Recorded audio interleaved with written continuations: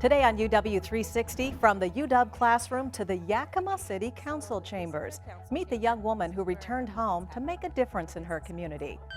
Plus, what would you do if someone right by you had a heart attack and needed CPR? We'll show you the new app that could help save their life. Also, meet the Northwest logger who thought he might never see again and now credits UW eye specialists with saving his eyesight. And the UW star who came back to campus to help her coach and a new generation of softball players try to win a championship.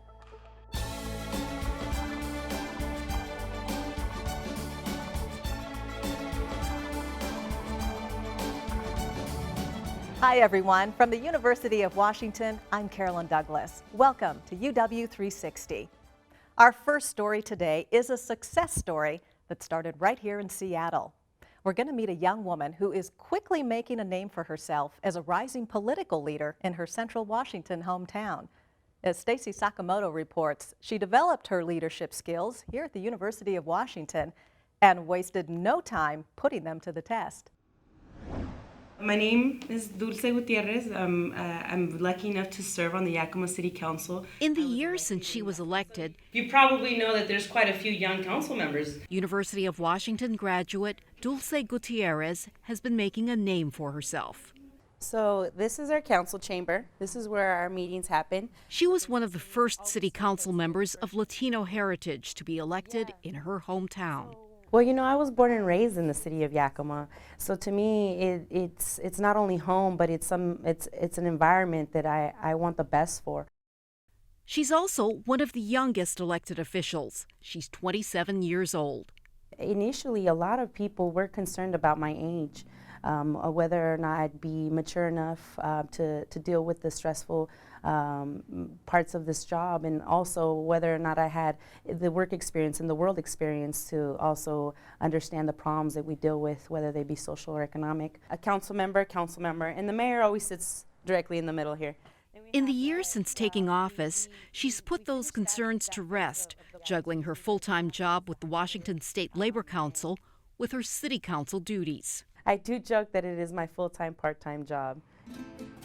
Latinos make up more than 40% of Yakima's population, but none had ever served on the city council before 2015. That's because council members were elected by a citywide ballot. In 2012, the American Civil Liberties Union sued the city in an effort to change that. It won. 7 council districts were created. Some were predominantly Latino. Gutierrez was elected to represent one of them. I was involved in campus life at the University of Washington. She says the Ethnic Cultural Center was a second home while she was a student. She also learned a lot just by living in the city of Seattle. I just noticed that there was a lot more investment and even more civic engagement. I noticed that the diversity was embraced. You're going to have a great time and you're going to learn a lot. On the day we met her, she was meeting with students and staff at a local high school to talk about a city-sponsored mentorship and internship program. I see myself in a lot of these students, and I am able to relate with a lot of the struggles that they're facing. Have them see someone that looks like them and comes from their neighborhood in a position like this, I think is really inspiring. For the first time, you know, we're hearing many students from low-income backgrounds saying they want to be mayor and they want to be a council member. She wants people from all neighborhoods to have a voice in government. This is where I grew up. This is my childhood home. She enjoys the one-on-one meetings with constituents. But this was a bike that I got that was just for me. One of them is her mother, Raquel, who still lives in the house where Dulce and her 2 older siblings grew up. Esas fotos ya no la había visto por mucho tiempo. She credits her mom with providing a safe home and teaching her to work hard. We have whatever we need to survive, and they went to school, and so we were happy. A foundation, she hopes, will help pave the way for others. I always say that I am the first Latina to represent District 1. Wow, I need to keep this as motivation. But I will not be the last.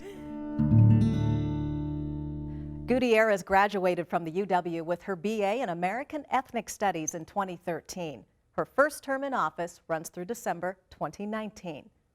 Still to come, celebrating the 10th anniversary of the creation of a vaccine to help prevent cervical cancer and the UW researchers behind it. Plus, an online angel network to help save lives. Check out the new CPR app that's launching in our area. And meet the UW softball star who's come back to campus in hopes of sharing her success with this year's team as UW 360 continues.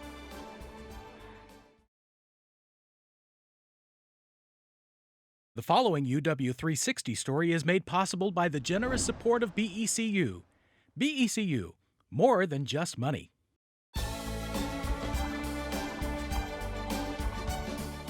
Welcome back to UW 360. Here's one new app everyone should know about. It's called PulsePoint, and it may one day save your life. The free app creates a mobile network of CPR-trained volunteers to respond to cardiac emergencies in their immediate area before paramedics arrive. And a UW medicine physician is helping establish it here in our area. I got off the bike and I felt lightheaded. For Steve DeMont, help could not come soon enough. What began as just another routine ride to work for the avid cyclist suddenly went sideways when he lost consciousness at the bus stop in front of the UW Medical Center building. Last thing I remember thinking was like, what? And next thing I know, I'm waking up in ICU, and I think it was like 2.5 hours later. Steve got lucky. When he passed out, a cardiac nurse from UW Medical Center ran over to help. She told me that the app alerted her, and she literally came running down 5 flights of stairs to the where I was. That nurse was responding to an app on her phone called PulsePoint, which instantly alerts CPR-trained volunteers to respond to apparent cardiac emergencies around them. That 911 call triggered an alert to all PulsePoint app users within a quarter mile of Steve's location, which fortunately for him was right outside a major medical center. I'm so lucky just to be where I was. I mean, people tell me to go buy lotto tickets, you know, but I lucked out just being where I was. Think of it like an electronic call for help. Dr. Michael Sayer at UW Medicine says PulsePoint is basically a mobile network of Good Samaritans who are trained and ready to respond to nearby cardiac emergencies. As a UW professor of emergency medicine and medical director of Medic One, he knows firsthand just how critical those moments immediately after a cardiac event can be. If someone starts CPR before the fire department arrives or Medic One gets there, their chances of survival go up by at least double. So it makes a huge difference in whether or not people survive. The PulsePoint app, started by a nonprofit in San Francisco, is already in use in communities around the country. Studies have shown its successful implementation can greatly increase cardiac victim survival rates. So now Dr. Sayer is working to set it up here in Seattle and study its effectiveness. We're offering here is the opportunity for those people to help us when one of their neighbors or friends or some stranger they don't know at all needs some help. I've been thanking everybody. Months after his cardiac event, and now armed with 4 stents around his heart, it's full steam ahead for Steve DeMont. I feel great. If I could jump and click my heels, I would. He has a good prognosis and a well of gratitude for both the UW medical team who treated him and those Good Samaritans who first rushed to help him. Whether you choose to do it or not, that's up to you. But out of all the apps out there, this is a true tool that, you know, really does make a difference in people's lives. Dr. Sayer says he's grateful to the Boeing Employees Community Fund and the Medic One Foundation for funding and promoting the PulsePoint program in our area. If you'd like more information, just head to the link on our website. More than 11,000 women in the United States are diagnosed with cervical cancer every year. But 10 years ago, that number was far higher and growing. In fact, cervical cancer used to be the leading cause of cancer deaths of women in the United States. Today, we meet 2 UW researchers who helped develop a groundbreaking vaccine that changed everything. We probably know more about how these cancer-causing HPV types actually cause cancer. Dr. Laura Kautsky is Professor Emeritus in the Department of Epidemiology in the School of Public Health. Her work, along with others at the UW, helped develop a groundbreaking vaccine that protects against cancer-causing types of HPV. The vaccine available today covers the strains that cause 90% of cervical cancers. The properties they have that lead to cancer than we know about virtually any other cancer-causing agent. So this is an example of a kit that you could... Dr. Rachel Weiner is Associate Professor of Epidemiology and the UW graduate. HPV is a necessary cause of cervical cancer, meaning you have to have the HPV infection to develop cervical cancer. It's different from most other cancers because you need an infection first. In most cases, you can prevent cervical cancer from developing. These early studies examined what causes HPV and cervical cancer, who gets it, and when. As an epidemiologist, my role was providing data and information from our ongoing acquisition and natural history studies that would be useful for the design of the vaccine trials. Kautsky provided information on how many women should be enrolled in the clinical trials, how often they should be tested for HPV, and other information that would help demonstrate the vaccine's safety and effectiveness. Well, as an infectious disease epidemiologist, it's sort of the pinnacle of success. Come up with a preventative vaccine. The vaccine, first recommended just over a decade ago, has already reduced vaccine-type HPV infections in teen girls in the United States by nearly 2/3. You know, in an ideal world, if girls and boys were all vaccinated before they became sexually active, eventually, you know, we would have very little issues with HPV-related cancers. Today, Weiner is working on making it easier to get screened for cervical cancer. She's evaluating HPV self-testing kits as a strategy for improving participation in cervical cancer screening. You know, the idea is that in the future, a woman could just do the HPV test at home, and if she were negative, that would give her pretty good reassurance that she was at very low risk for having or developing cervical cancer in the near future. Whereas if she tested positive, then she would have to come in to the clinic for follow-up. A lot of the research now is just in how to scale up vaccine and how to get more of the population vaccinated. Since most cervical cancers occur in women who have not been vaccinated or recently screened, the goal is to have every female and male receive the HPV vaccination before becoming sexually active. By addressing some of the barriers, there is opportunity to see increased vaccination and screening and ultimately reduce the number of deaths from this disease. Still ahead on UW 360, he almost lost his eyesight in a logging accident. But see how UW surgeons restored both his vision and his livelihood. And a happy homecoming for celebrated UW softball star Jen Stallings. See how the national championship player is now setting her sights on coaching. We head into the dugout. It's UW 360 continues.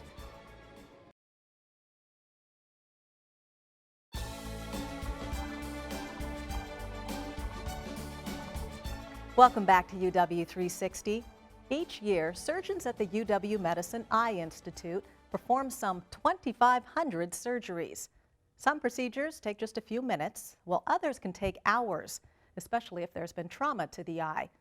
Stacy Sakamoto introduces us to a logger whose vision is returning thanks to the work of not just one, but 3 eye surgeons.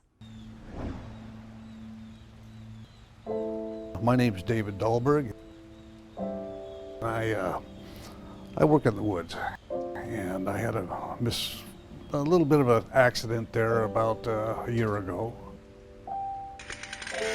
Putting a cut into a tree, I was bent over, and either a limb came down and got me in the side, but it ruptured the eye, and I had total loss of vision. It was nothing but blackness in this eye. David Dahlberg was rushed by ambulance from Olympia to Seattle. That night, a surgeon from the UW Medicine Eye Institute performed the first surgery on the logger from Yelm. The retina was detached and folded, but the whole eye was ruptured, so the cornea, all that stuff, the lens was removed. I'm going to go and take a look at the back of your eye. 1 month later, a retina specialist performed another operation. A year after that, Dahlberg underwent a third surgery, this time on his cornea. It's amazing what they can do, amazing. Here you can see the color. And the steady hands they must have, my gosh. We're very fortunate in Seattle that we have an outstanding community of ophthalmologists, but what makes the UW Medicine Eye Institute a little different is that we do have the complete breadth of disease. Whatever your problem is, we'll be able to take care of it. The Institute sees approximately 30,000 patients each year. Everything from routine eye exams to conditions such as cataracts, glaucoma, retinal disease, neuro-ophthalmology, ocular plastic surgery, With the artificial lens, or cases that involve multiple specialties, like Dahlberg's. We are providing a unique care for our patient here at UW Medicine Eye Institute, evaluating the patient from different angles, and that provide the best care possible for our patient. Yeah. Eye Institute providers help train the next generation of doctors. As residency program director, I oversee the training of the residents over a 3-year period. Because we are a teaching institution, we have to stay ahead of the game in terms of access to new technologies, adopting new treatment modalities, and that we're able to deliver the best possible care to our patients. Another part of the mission of the UW Medicine Eye Institute involves research in South Lake Union labs. That new knowledge leads to innovation in patient care. I could see all the windows, the lights. Well, the way I sort of think about it is that we're a team, Yeah. and I think that we all did our part, and you certainly were a great part of that team. You're going all the way back. David Dahlberg's eye is healing, and his vision is improving. So is that a good height for you? He and his fiancée credit the UW Medicine Eye Institute. I didn't know anything about it until I was injured, but then people from afar say great things about this place. Oh, that went good. They're just the best facility. Specialists at the UW Medicine Eye Institute say it was easy to collaborate on David's care and his 3 different surgeries because they all work under the same roof. Straight ahead, she already helped the University of Washington win 1 national championship. Now she has her sights set on another, only this time as a coach. See how this softball star has come home to give back to the next generation as UW 360 continues.